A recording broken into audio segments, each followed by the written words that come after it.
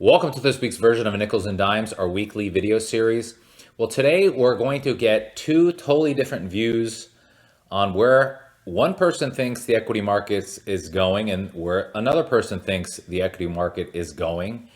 And those views are totally in contrast to one another. One of them is a very optimistic person. He thinks the markets are going to do just fine over the next 5 to 7 years. The other has a totally different perspective. He thinks things are going to get very bad. So let's jump in and explore what these two very popular money managers think of the stock market. And again, as I noted, one has a very bearish view and one has a bullish view. Well, let's start with the bear first. His name is Mark Spitznagel, and he's the Chief Investment Officer of Universa Investments. And the reality is he's known for being a perma-bear. In other words, one who thinks that the equity markets on average are going to go down over a longer period of time. And he was recently interviewed in Bloomberg, and he said, quote, "The worst market crash since 1929 is coming."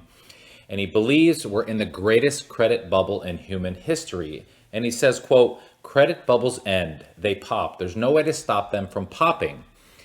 And he said that adding to this big problem, if you will, was the Fed printing money and essentially propping up the financial markets. Now, you know, for many years, the Federal Reserve kept interest rates very low for a long, long time. The bond market benefited from that. Of course, people borrowing money at cheap loans, for example, benefited from that. Those folks took that cheap investment those cheap loans and invested in things like real estate, obviously stocks, businesses. So Mark Spitznagel's position is that party is eventually going to come to an end, meaning things are going to get more challenging for the equity markets. And he notes that investors, in his opinion, should not chase the market, but rather be prepared for a market crash. And he likened the Fed's constant monetary intervention to a forest fire suppression. What is he suggesting to do? Essentially invest in high quality stocks, high quality bonds, real estate, and other alternative asset classes, for example, like private equity, even gold, silver, or other asset classes that may help hedge the portfolio. So as I noted, some people have this opinion that they feel like the equity markets have been so good for so long, primarily because it's been Federal Reserve driven. Fed has kept rates for many years so low. And also, remember, the Treasury's printed money.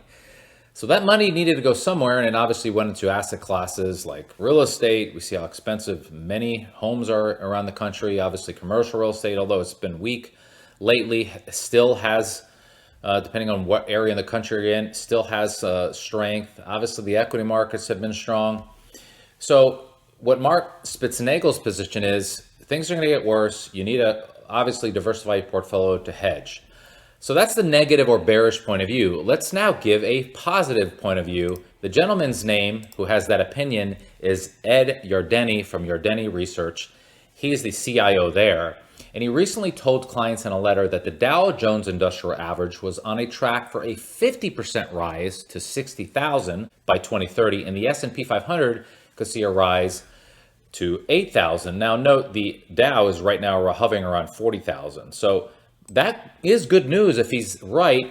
And what is his position? Meaning, why would the markets continue to head higher over long term? He feels it's simply because earnings continue to improve. And he says for the Dow, that represents around a 7% compounded annual growth rate. And for the S&P, that represents around a 7.1% annual growth rate. And here is what the Dow Jones looks over a long period of time. Obviously, you see to the far right here, that projection, and his position is essentially will continue to head higher. Now, whether Mark Spitznagel is right or Ed Yardeni, well, essentially time will tell who's going to end up being right. So whether Yardeni's right, meaning he's the one who feels like the markets are going to be, higher for longer, that's great news. Let's hope that happens. If he's right, you want to be highly allocated into stocks. But if Mark Spitznagel is correct and the markets go down in a big time way, you obviously want to be invested in other areas just beyond stocks to have a more traditional asset allocation portfolio. So whether one's right or one's wrong, we'll have to wait and see. But ultimately, it's our position that you have to have a strategy or a plan that has really generated or driven by two things. Number one, your risk tolerance. So on a scale of 1 to 10, 1 being very conservative, 10 being very aggressive, where are you on that risk scale? And number two is, what is your family index number? You have to get clarity on these two things. So what's the family index number? That's the rate of return that you need to earn now and over your lifetime to help you accomplish your goals. So in other words, if you're in your working years, what's the rate of return that you need to get to retirement? And now if you're nearing retirement, in retirement, what's that rate of return? Meaning, what's the rate of return in retirement that you need to live the life you want? Ultimately, if you have an ability to get clarity on those two things, you can ultimately create a plan to help you accomplish your goals.